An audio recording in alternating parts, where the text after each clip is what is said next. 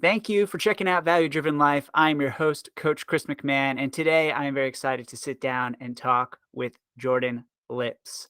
He is here to we're going to be diving into actually a really big concept that comes up quite a bit when I'm working with clients or folks I come across on social media. But before we get started, Jordan, do you think you could give a little introduction for yourself? Absolutely. I am a MNU certified nutritionist and whatever. I mean, credentials aside, I work with people through with a wide range of nutrition and fitness slash health based goals, whether that's building muscle or strength or improving biomarkers or relationship with food to a point. Obviously, we have our own scope of practice. Been doing online only for the last maybe 3 years. Before that was a personal trainer for about 10 years in person.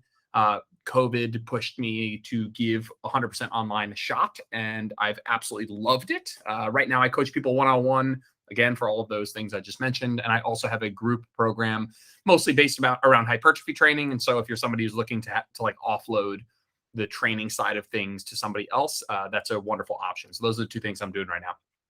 Oh, well, awesome. And I'll put that contact information in the show notes so folks can check that out and maybe work with you if they want to work with you and work on those things. So I absolutely, first of all, I just came across your content on Instagram one day, and it it just resonated so hard with me. A lot of what you talk about, because one, it busts like a lot of common misconceptions surrounding like nutrition. Two, the information alone for the hypertrophy training, when you dive into it and maybe nerd out on some of the anatomy, for me, that's super interesting. But also for clients or anyone looking to make any sort of these changes in maybe their gym routine, it's just super helpful to have. But the thing that caught me and why I immediately like reached out to you to ask you to come on the show was you had this one post that you put up, and it was probably based off something you've heard from a ton of clients, and it's something I've heard a bunch, is is how to get back on track. And to summarize it, what you said was basically, well, you got to just get back on track. Like that's how you kind of start all this again. So I think maybe that could be a great starting point for us to just chat a little bit about, because I know how I might do it or how I might approach it, but I think the way you bring it up, it was just a really really great short 60-second way to get someone to get started again. But now we have more time to talk about it. So, Cool. Yeah, I think that just there, I have a couple thoughts on that. I'm sure that I put those as many as I could in those 60 seconds, but the idea of like just getting back on track, is in some ways a superpower, I think. And it is an interesting superpower that you can only gain by going for it before you believe in it. And it's kind of like, and I was just, as you were saying that, I was trying to think of an analogy. The analogy is like if you were like standing on top of a cliff and you were going to like jump into some water and you didn't know how deep it was. And you see somebody else just like run and jump and you're like, how did they do that? And chances are they know that the water is safe to jump into and that it's all going to be fine. As long as they just jump, it's going to be fine. But the first time you do it, you don't know that it's all going to be fine. You're not sure. You don't have the belief that this is going to work. You're not really sure. Hey, is this guy who's telling me just get back on track? Is that like a real thing? Is it all going to be okay? Like he or she says, you don't really know. And so, a lot of people think that you have to have belief first before you take action and then you get results. It's kind of like this, let's say, pyramid or order of operations where you're like, oh, okay, I believe in this thing, then I take action in this thing, then I get the results and it fuels more belief. And then I can take the action and they get the results.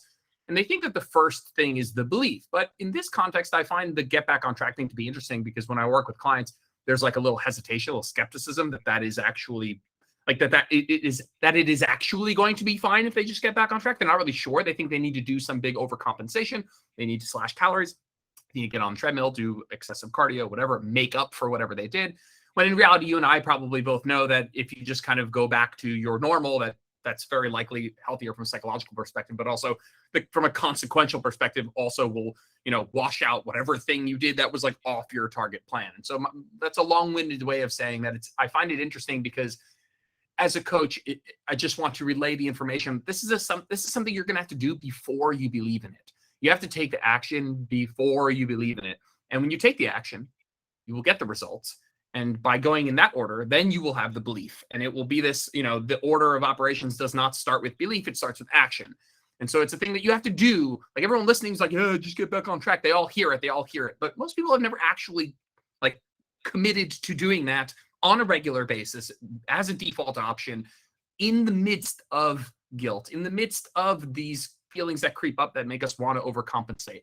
And so, I find that it is our job as coaches sometimes to just get your client to not quit. And I think that that's an interesting way of thinking about it. But like, what is our job as coaches is just to get our clients to keep going and not give up on themselves.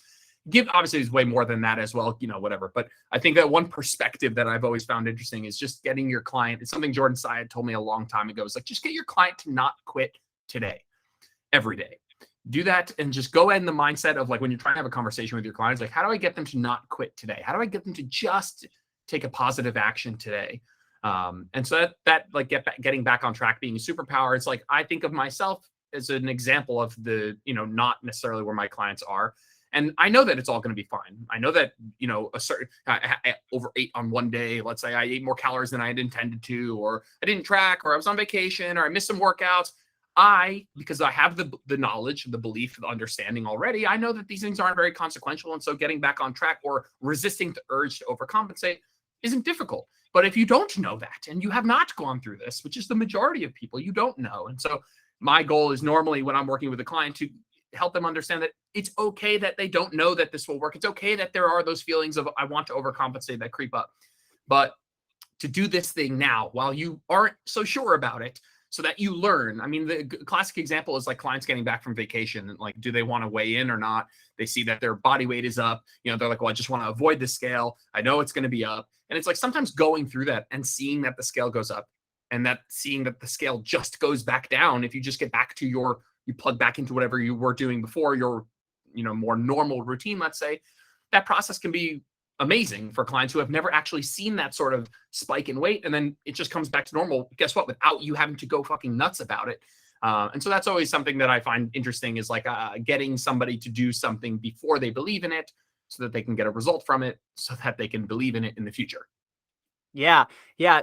There's a lot to dive into that. But the one part that I really want to focus in on is this part that gets confused or lost in the shuffle, because what you're saying is completely different than what I'm about to say, in the fact that when people put like never skip a day, never miss a day, just show up even when you don't want to show up and just get it done.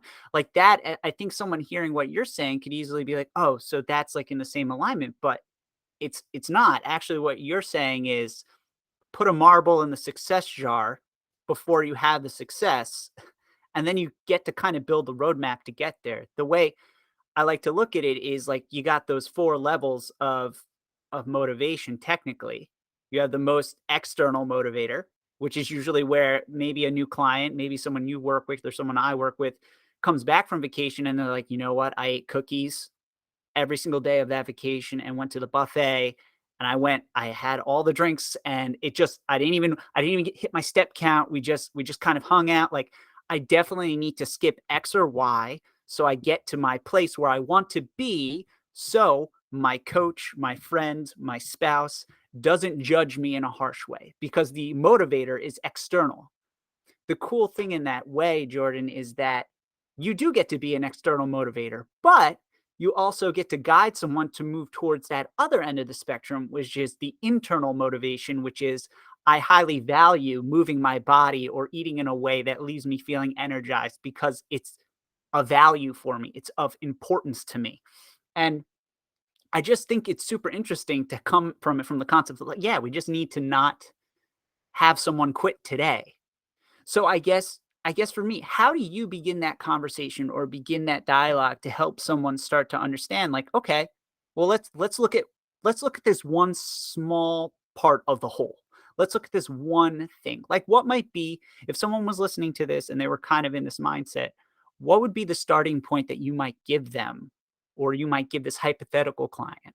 Like that thing that they might be able to focus on again to kind of feel like, okay, momentum's back. I feel I feel like this is going in a direction I want it to go. Definitely. I think there's one thing I would have added to this, like getting back on track, like philosophically, like semantically, I part of me cringes when I even say that. I know that there's a net benefit, and I will still say, like, get back on track. But getting back on track implies that what you did was off track.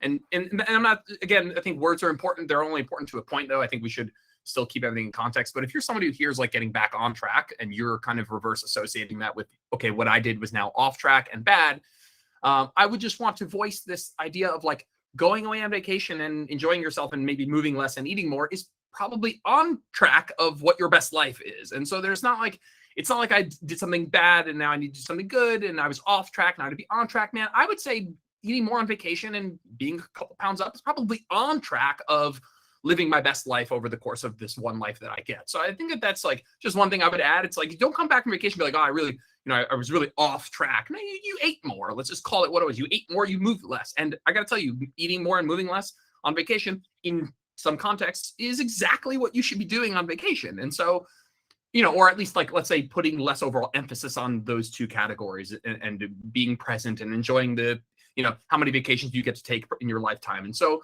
this idea of like, I actually think that this whole circumstance of like, okay, I went on vacation, let's use that as our like, example that we're discussing here. And then I come back from vacation and I just need to get back on. I think that that's all a normal cycle of what I would consider your best life. And so I don't want it to be such a negative connotation. You're not making up for anything. You're probably doing exactly what you should be doing.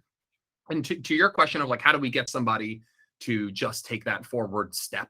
It depends on the person, but I think that there's absolutely something to be said about like just shrinking down the enormity of the goal. I need to get rid of, let's say you were 5 pounds up. It's like, instead of focusing so much on, I need to lose these 5 pounds, which, we can communicate are mostly non-fat pounds. Just focusing on the process goals. I'm very big on, if I have like whatever my clients are tracking their data in a sheet, like there's a column where their weight is calculated. They put in their weight, their averages are calculated, all that. That's very much an outcome. That's not something that you're actively trying to do. You don't wake up every day like, I'm going to lose weight today. No, you wake up and you say, I'm going to probably monitor my nutrition some way, and I'm going to move X amount or whatever parameters your new coach have set.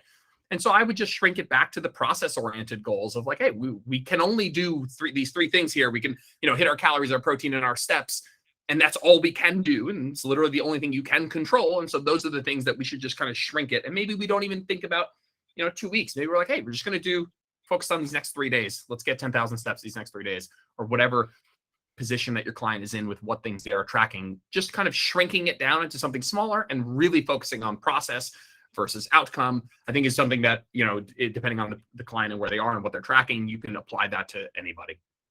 Yeah, that's such a brilliant point, because I do think even where they are, let's say, and I do 100% agree with this concept of, at a certain point, we have to understand like overall enjoyment and what we're doing within our life, and understanding that and unless we're getting paid to look a specific way for whatever career we have, technically it's like, no, this is supposed to make the rest of the things we're doing that much better. It's supposed to be so you go away on this trip and maybe you didn't do as much, but you were able to actually sit and relax and unwind, and you don't have all the same, I don't know, stressors that you might have had before up to this point. So it's like the same thing with being in the gym. You're putting your body under stress to eventually need like a deload phase so you can come back even stronger. But what you're saying, this idea of like, okay, let's look at the next 3 days. Let's look at this. I think that's something that can truly be applied even if the person hasn't had one of these, I don't know, one of these moments where they're just like, I no longer have this motivation. Or I think the concept of being really small is really important in the grand scheme of things, because it's so hard or so easy to just look at the outcome and be like, okay, well, clearly I didn't hit this number, or my macro was slightly off here, or my lift didn't go according to this way. So therefore, the first thing that pops in, and you tell me if you've seen this with clients, I'm fairly sure. First thing that pops in is, I'm failing. I'm doing something wrong.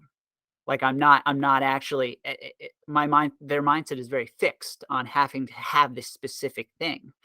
For you, because you work so much with clients on hypertrophy based goals, most likely getting people getting people to gain that sort of muscle.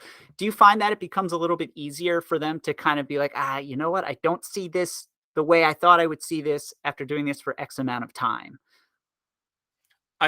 From a hypertrophy standpoint, like the goal, like, Yeah. yeah, Yeah.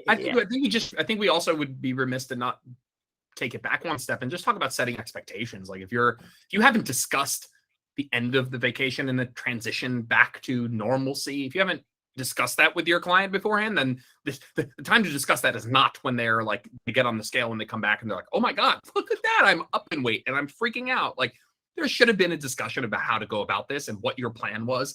And, is sub plans for if you felt a certain way, and, work through those emotions as a just like an emotional exercise beforehand, deciding like, hey, let's get our expectations in check. You're going to an all you can eat resort in Mexico, and you're probably not, walking a whole lot. And this is going to be a really nice de-stressor, but you probably drink more, sleep less, walk less, work out less, eat more. And so let's just wrap our head around the fact that you might be up a couple pounds. Let's work through logically the fact that most of those are not going to be fat. And even some of them that are, 90-year-old you would be super pissed off if you didn't actually enjoy yourself on these vacations. So I think there's a lot of good work to do on the front end. What I would say is no matter how much work you do on the front end, they're still going to, you will only be so prepared for that moment. I think clients who are like going into it, we've all been there. We know exactly what's going to happen. It happens, and we're still not like 100% able to just emotionally not give a shit at all. But you can get ahead of the game in that way and kind of work through that emotionally and say, hey, this is what's probably going to happen. This is logically what is and is not happening. This is how I feel about that. This is how I'm going to go about my, my business when I return. And so there's a lot of work I think should be done on the front end. That all comes from like the coach prompting this, like, hey, these are some scenarios that might happen. How do we want to go about this vacation? Are you in a position where we actually want to stick to anything? Do we want to track anything? Do we want to have any, food composition goals? Do we want to have anything that we're focusing on or not? And there's a wide range of a spectrum of things you can do. Tracking every single gram on a food scale and an all-you-can-eat resort is not an option, but maybe you're somebody who's like, hey, I'm going to get a protein and a plant at every meal or something like that, whatever. And so you get to decide with your client what you guys are trying to do, what the expectations are, what the likely outcome is, what's going to happen on the back end, how you're going to plug back in. And again, that can only work so well. I think they're still like, okay, when they're faced with it, when they return, there's still something that they can work through. But I think crutches just fell. That's okay. I think a lot of work should be done on the front end. I forgot what the original question was. That is something I just felt like saying. I loved it. And I think it's important to say that too. Like every step of the way you can be prepared for something, but then we always run the danger, or we always have this parallel with this idea of excessive expectation. Like it's either I'm perfect or it's not worth my time. It's the diet cycle of failure. It's like we try it, we do something excessive, it works for 5 seconds, we quit, we get that, and we just keep hopping on and off this. And you do a very good job, Jordan, of like just highlighting the reality behind it and the process of going into something like that. And my question was, did you find, or do you find that even if someone is not going on, let's say, a vacation or something, and they're along the way and they're not seeing progress fast enough, or not seeing what we predict to be the progress fast enough, how do we then have those maneuvers in there where someone can understand this? And yeah, of course, it's like a nuanced conversation. But the reason why I brought up hypertrophy was because specifically someone could be like, maybe I want to see this. Maybe I want to see this specific definition within my quadricep after this particular block you do. Because I know in your home workout programs and I think it's hypertrophies program, you have a lot of people doing all of this, and they might suddenly be like, maybe I should see X or Y, Sure. Yeah. I like what I like most about what I first fell in love with in terms of quote unquote fitness was we are all very different, super different genetics, so many different external environmental factors, socioeconomic factors. We're very different, but physiologically, if you lift the weights, you eat the food, you sleep the hours, we all grow the same way. We all grow muscle the same way. We all lose fat the same way, like mechanistically, physiologically, the same things are happening. So when we look at like the inputs for a certain outcome, which let's say hypertrophy, it's like, I'm not growing as fast as I thought I would be or something like that. there's only two things to talk about. One was, what was your expectation of rate of growth? And two, what are all the inputs that go into that outcome? And then we just assess whether or not you're doing those things to a degree that we declare is good enough. And so I tend to be quite objective in that way, where it's like, okay, like, all right, you're not growing as fast as you would. We should talk about expectation wise for sure, but we can just say, if you're not growing as fast as you could be, well, then let's look at what are the inputs for muscle growth. Let's say calories, protein, training at close to failure, enough volume, enough sleep, the right exercises, the right technique, all of that, stress management, whatever. And we'll just go through those things and which knobs can be turned up a little bit more without it being the cost of other knobs. And so that is just the way I would go about doing it, is just looking very objectively at, like, hey, I'm not seeing as much growth as I want to be. One, how much growth did you think you would see? And maybe we address that because maybe you had crazy unrealistic expectations. But two, alongside that, let's go ahead and just look at the factors that affect muscle growth and see which of those you are or aren't doing to the best of your abilities, to your most realistic best of your abilities, and go through it that way, because there is some element of you get in what you put out, especially with muscle growth. Yes, genetically, some people will grow muscle faster than others. But if I have within the range of non-professional bodybuilders, all of us basically need to do the same things. Obviously, there's a bit of a spectrum there, but I think we need to eat the food, the protein, the sleep, the hours, do the training, get close to failure, all of that stuff.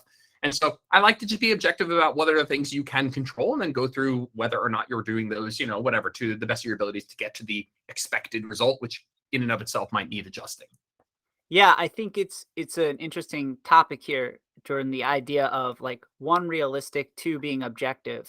I think sometimes that, and at least the longer I've been doing this, sometimes there are so many feelings that get mixed up in the objective, like the actual data of what's actually happening. And that's the interesting part, again, within our spectrum, within what we're actually, our scope of practice, what we're allowed to talk about. But that's truly what I see happening most often.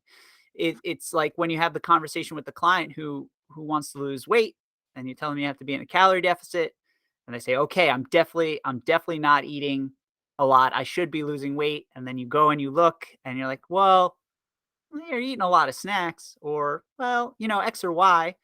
Oh, okay. So it's like this whole spectrum of things where it's like, again, it becomes attached to your expectations, or having a hard time accepting that maybe we're not able to adhere as well, or maybe we have to kind of dial it back and slow things down. I think that's the scary thing for someone. It's like, oh, this is like a slow thing. This is not like a fast thing. And I I think the reason why it's interesting to have this conversation with you is, like, in watching you, at least because the only interaction I have is seeing what's on social media with you, is like seeing the when you put out something like a short piece of content, being like, this is ridiculous. What I'm just gonna say, it was like Dr. Mark Hyman. He said this ridiculous thing, and you did your best Jeff Goldblum impression that I've ever seen, like like basically doing a parody of what he's saying. But I think a large part of that has to do with that expectation that a client might have.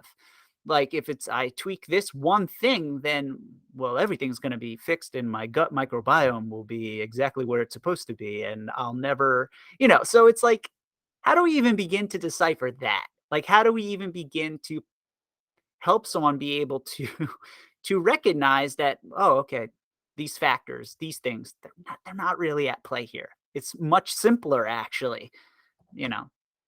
Yeah, I think that there's something to be said about, like, your level of happiness is usually in the gap. I don't know who said this. It certainly wasn't me, but the gap between expectation and reality. And so if you're, let's take the muscle growth, situation where it's like, oh, my expectation was to grow X.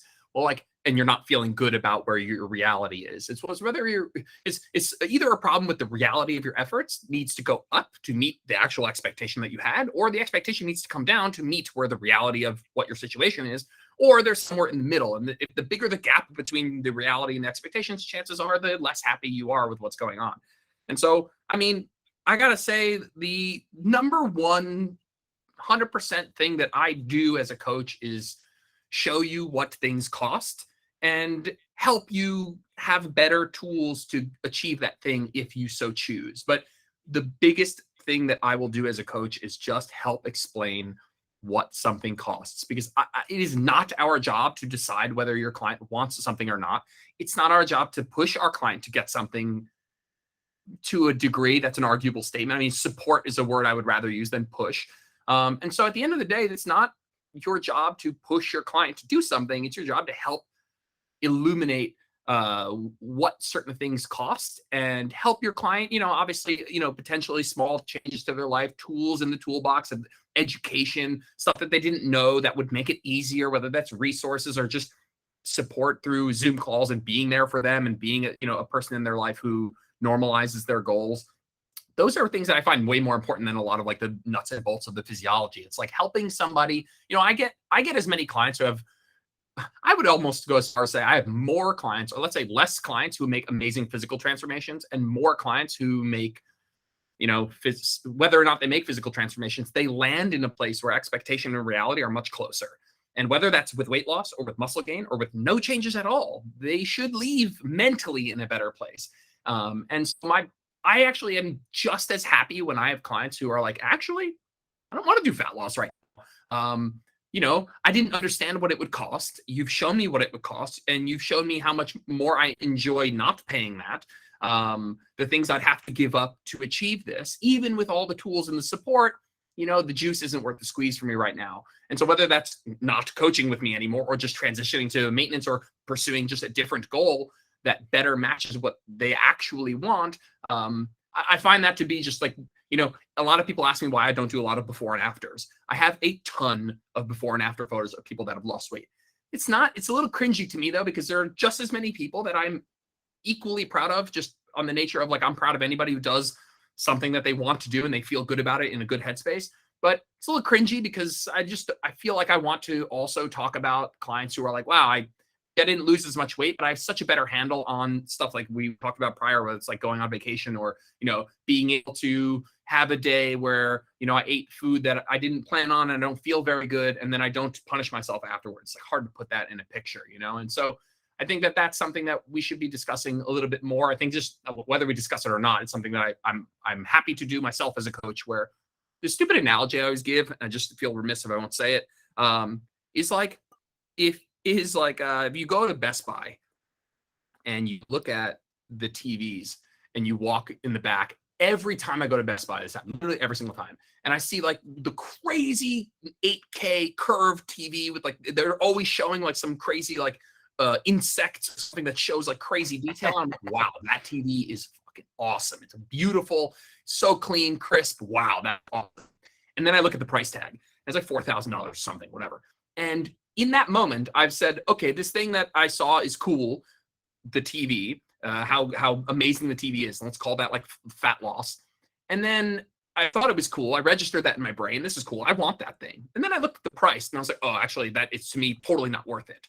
And I leave the store and I never, ever, ever, ever think about that TV ever again. Because in that moment, I've decided, okay, it was cool, but not the money. And that is not something I want to pay, whether it's right now or whenever. And I don't go home writing in my diary, man, I really wish I had this TV. I don't have dreams about wanting this TV. I don't talk about wanting this TV because I've decided that it's not worth it. A lot of times we get into this like cognitive dissonance of saying we want something, not actually knowing what it costs. And so we have this constant battle of like, I want it, but I don't know if I can get it. And then, it's our job to just point out, hey, this TV costs $4,000. Do you still want it? Here are all the tools that you can use to get to this point, and I will be there and I'll support you. Maybe you even go for it and you find out you don't want it. But I think that those are some of the things that we need to be working on a little bit better. I think most people don't need to like lose the last bit of fat. Most people need to realize that their life's probably better not doing that. Again, most, not all.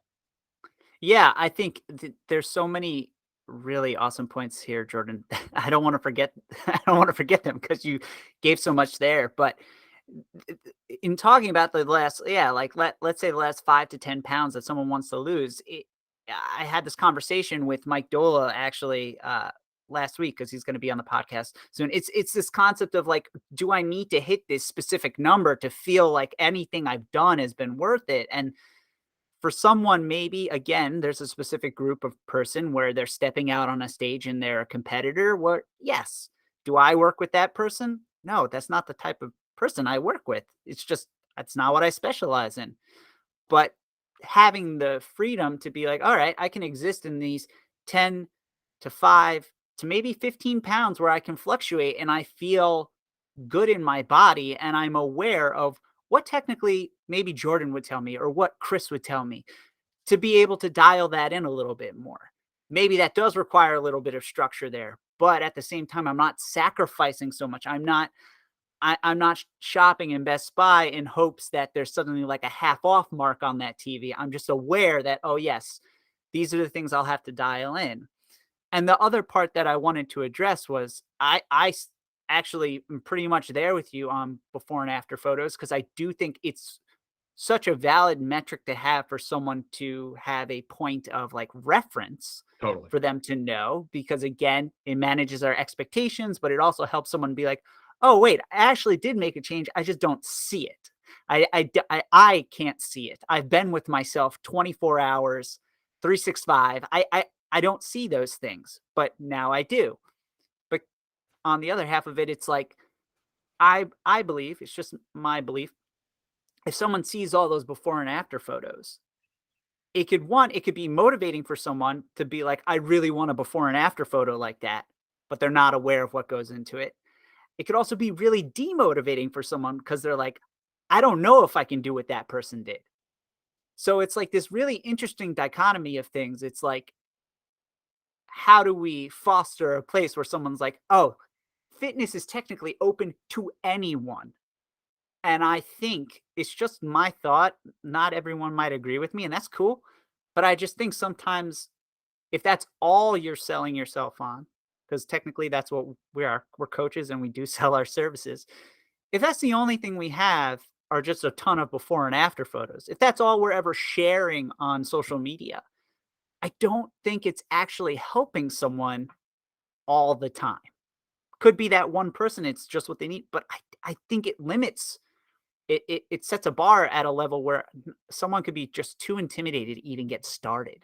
The people who have amazing, this is a something I think about but don't say often, but I think that the even if I look at my own clients, we talk about like this people's like state of readiness to change, like where are they on that like 1 to 7 scale of readiness to change. And I feel like if I looked at like my crazy before and after photos and I just looked at the ones that like the top 20 of them, I'd be like, I would probably think that most of those people were just, if I, not all, but it's a generalization, but look at the before and after photo spectrum of like people who've had crazier transformations to less crazy transformations. You could almost dial that into what their state of readiness to change was. What I mean is that quite often, like the coaches just need to be a vehicle. Like sometimes you just like, I look at some people's crazy before and afters, and I can't help but think that those are people that were just really ready and set up to make this change. And, that there are a whole host of other people that aren't ready to make that change. And like you said, might be intimidated by that is the thing I need to be doing. Although it's, subconsciously what they think, oh, I want this thing, that's the shiny TV is this transformation. I just find that interesting where like, a coach will post a crazy before and after. And I'm like, yeah, it's a little cringy because people are thinking, wow, this is something that the coach did. And I'm a coach, so I'm kind of a little bit discrediting what we do in some way. But like sometimes it's the coach's job to just be a vehicle. And sometimes you really click with somebody. And of course we provide value, but it's rare you're going to take somebody from no readiness to change to crazy transformation. And so I just think that there's like the goal of the coach is to move people along that spectrum. That's it. That's the only thing that your goal is. If your goal is somebody who doesn't do anything, get them to do something. They do something, help them do a little bit more of that something they want to do. It's just move them along that spectrum of readiness to make changes that they think are important that they'd like to make. And I just feel like, I'm like, I forgot who put this tweet out once, but it's like, a coach with thousands and thousands, maybe millions of followers will put out like a 60-day challenge or 30-day challenge. And maybe 100,000 people will buy it and do it. A high percentage of people, whatever.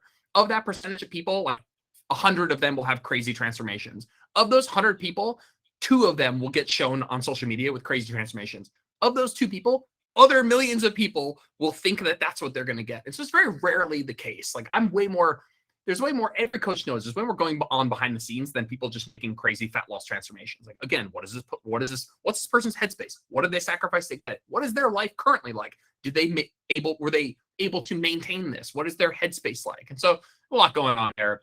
I don't think they're entirely useless. I think before and after photos are one piece of your work. That is one thing that you do that should be a part of. It shouldn't be something that you're so anti, it's like so cringy, I never show them ever. But it shouldn't be the only tool in the toolbox for a coach, for sure. Exactly. I that's the part that I agree with. It's like it's a tool. Like anything is a tool. You could choose when to use it, when not to use it. Certain clients can use it, other clients can't use it. It's this whole spectrum of things that I think, I don't know, gets overshadowed sometimes. So it's just interesting to hear your perspective on it, and I think other people probably appreciate it too. Um, Especially given, like, yeah, the type of work you do, there probably are a lot of people undergoing transformations, but also those transformations probably aren't in the span of like 12 weeks. That's the other thing. It takes a while.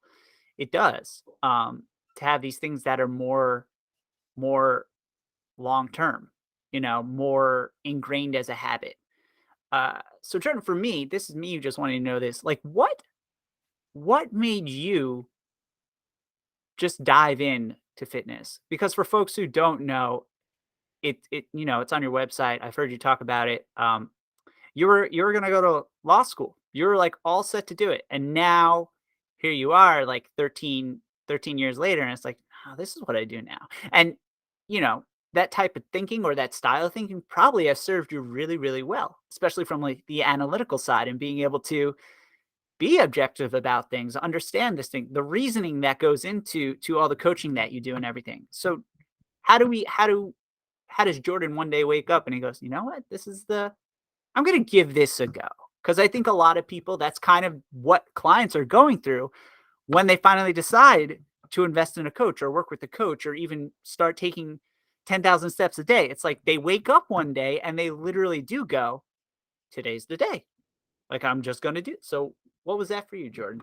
Yeah, that is true. I was graduated undergrad pre-law, took LSATs, applied to law school, took a year off, and to be honest, it's interesting in some ways and non-parallel in other ways where like I just really didn't want to do that. I did not want to go to law school, and so there was a motivation of like, well, I must find something else.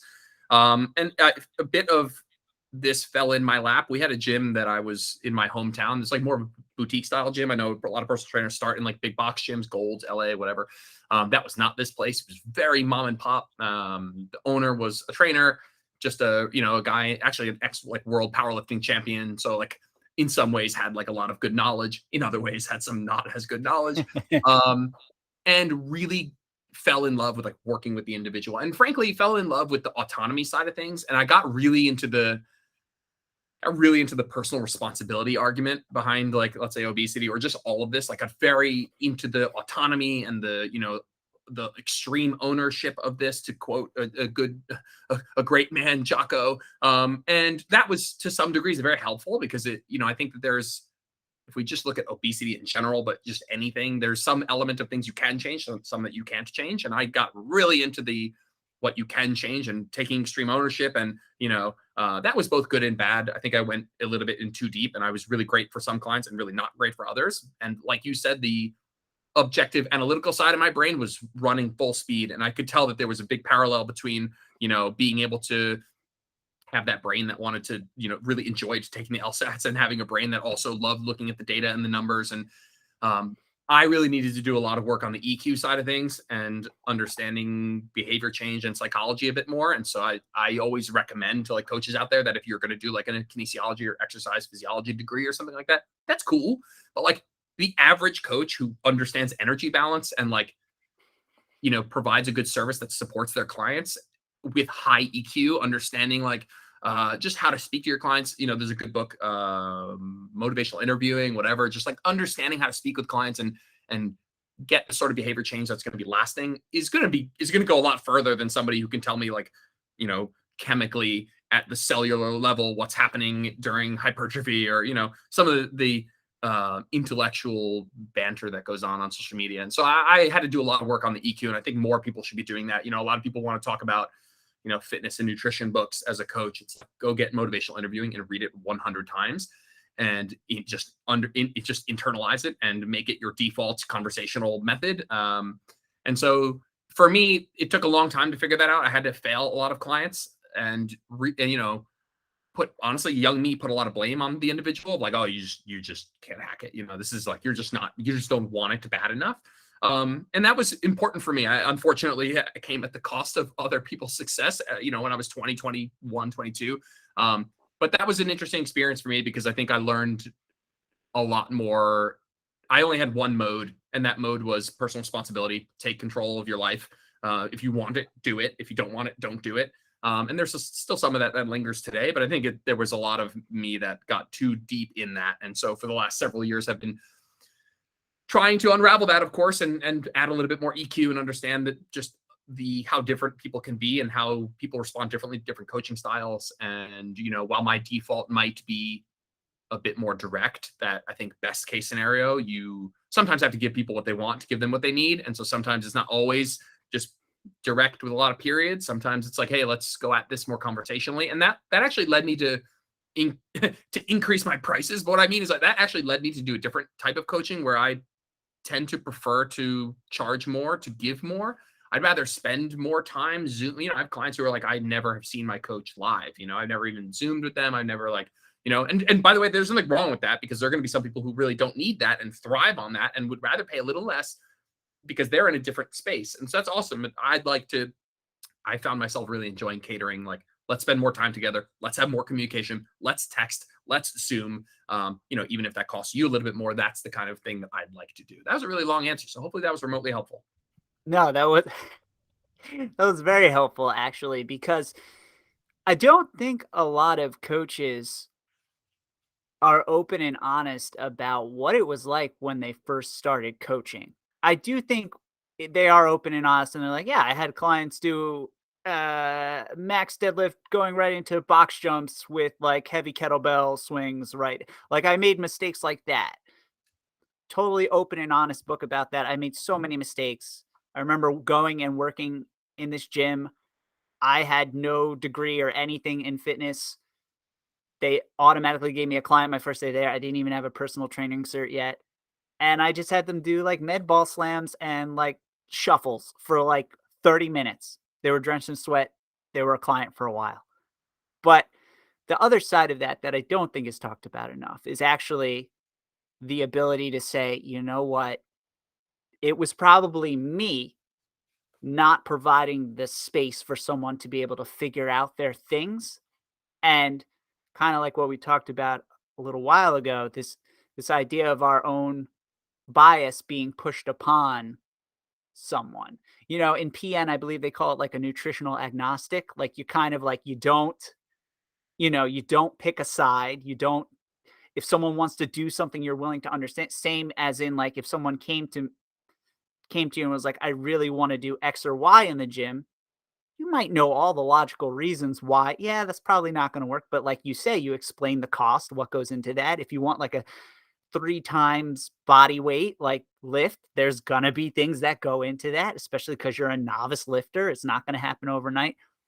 But the ability to say, oh, they're having a really hard time with this. Of course, they're not adhering to this. Let's see what their motivating factor is for this. Let's see what they're feeling from doing this. I think that's a really powerful tool.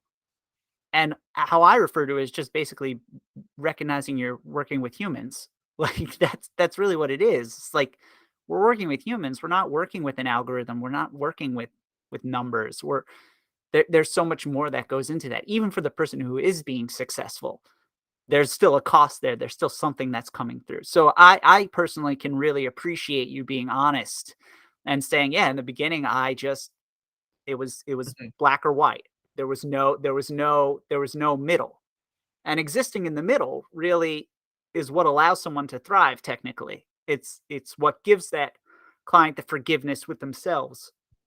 When they come back from vacation and they're like, and then they can be like, oh yeah, but I did did spend like 3 hours playing like ping pong with my son, and we normally don't spend that time together. And yeah, I had a daiquiri while doing that. It's okay though. Like we were having fun, so I really, really can appreciate that, Jordan. And I think people listening to this appreciate that too. I mean, just if there's a coach out there listening and thinks that we didn't mess things up a ton, that is 100% false. Dude, I was putting people on. I didn't even know what a calorie was when I started. I don't think, the gym itself had a program that it put people on. The program was the same for men and women. It was the same if you were 300 pounds, 200 pounds, 150 pounds. It was exactly the same. There was a day that I just started to follow certain people on Instagram and started to open certain books and do self-development outside of the gym, where basically it was just an echo chamber of you do this and this is what works. And I just remember one day taking home the program and just doing the macros. And I was like, there's 1,100 calories here. I was like, I've put a 300-pound person on that. Now we could talk about whether or not that there is utility for mega low calorie meal plans for people who have obesity, whatever. But it was just non-specific, totally just shoveling people round pegs and square holes, my way or the highway. And yeah, some people succeeded. And that was kind of this element of, I had people with crazy transformations. They were the people who rigidly stuck to a crazy starvation meal plan. Of which a very small percentage actually maintained the weight loss because I hadn't taught them anything. So yeah, if you're out there and you have a little bit of this like imposter syndrome, which you frankly should have, because you should be in the state of wanting to at least have some understanding of what you're saying. So you should feel a little bit self-conscious about like wanting to know things.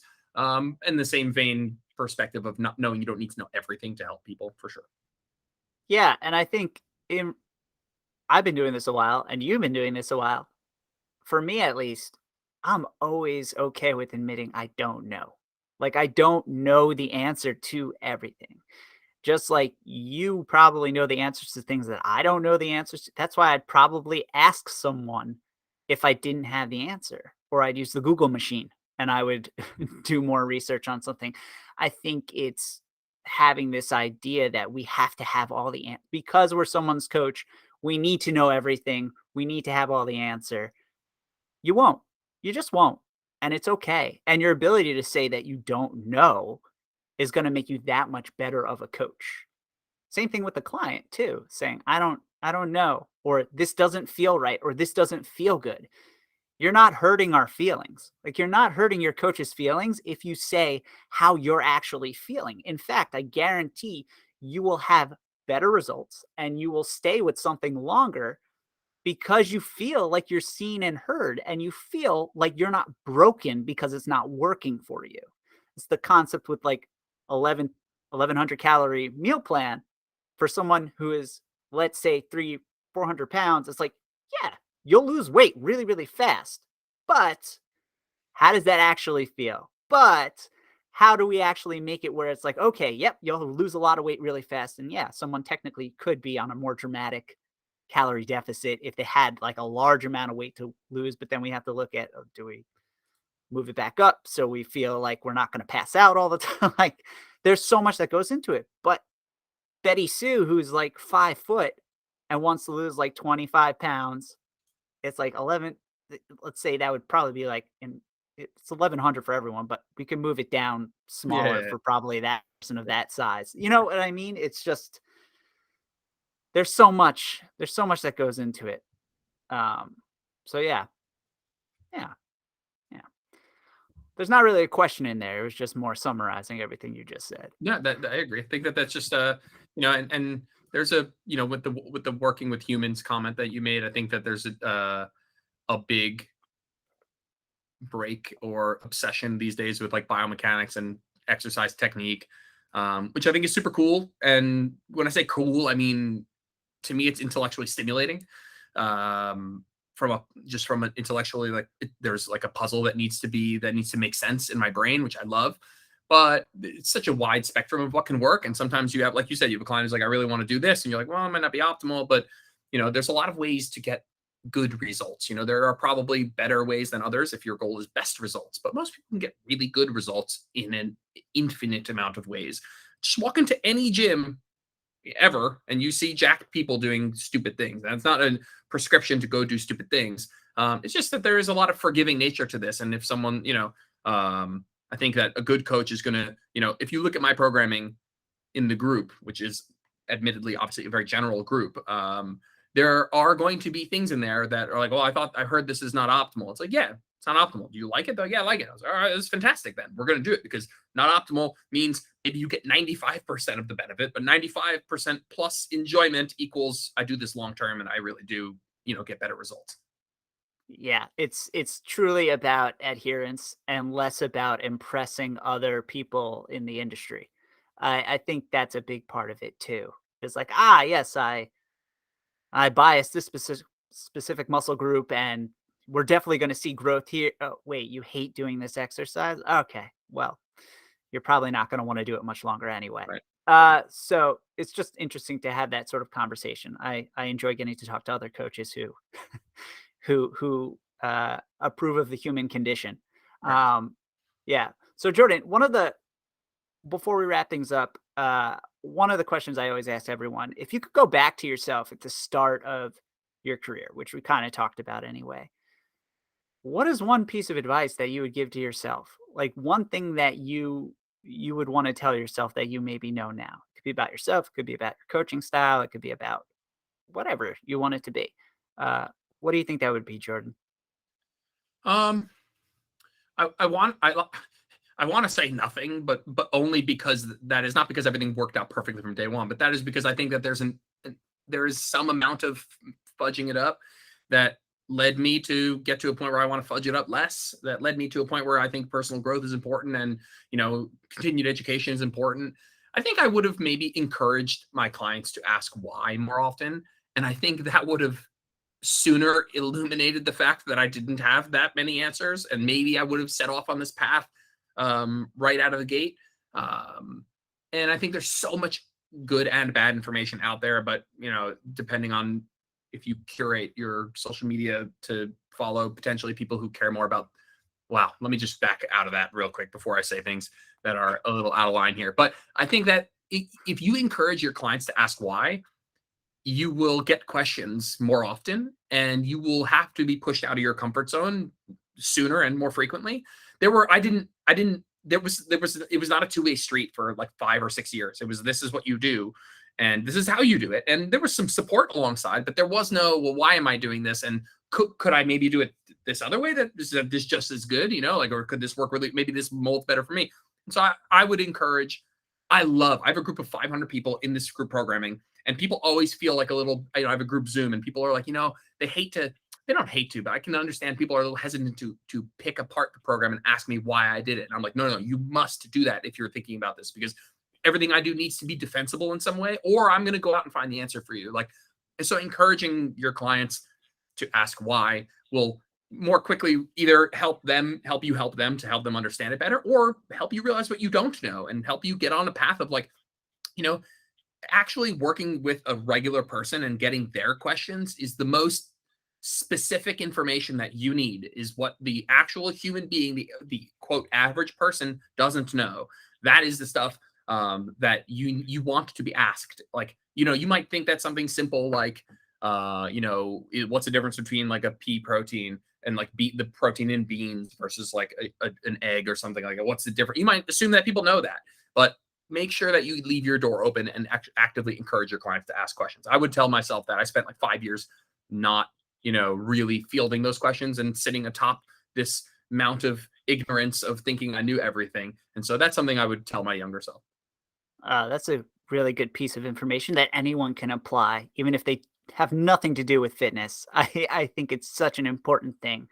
Um, so Jordan, if folks want to work with you or see what's going on, where would be the best way for folks to see you or hear Yeah. from you? I'm mostly on Instagram. I'm also unfortunately on TikTok these days, but it's just the same stuff on Instagram, so you don't need to go crazy about it. I also have a podcast, so I'm sure it's somewhat similar to what goes on here. You're a wonderful host, by the way, so if people are digging your podcast, that they're doing great. And yeah, everything that I do is in the link in my bio on Instagram. If you ever have a question, you can reach out and DM me. I answer all DMs and very happy to chat with people online. Yeah, Jordan also does like a daily like Q&A on there, and it's always very entertaining. for the faces alone, but also for for the information. If folks you're checking out Value Driven Life for the first time, I'd appreciate like a 5-star review, comment if you'd like on iTunes. You can pretty much listen to this anywhere. And if you don't know who I am and you're coming across this podcast because you're a big fan of Jordan's, I really appreciate you being here. You can go back and check out some of the other episodes. Check out my website. I have some blogs on there and tons of free information for you to check out too. So just going to wrap things up by reminding everyone to go do great things because you can. And I really appreciate you being here, Jordan. So thank you. Thanks a lot, man.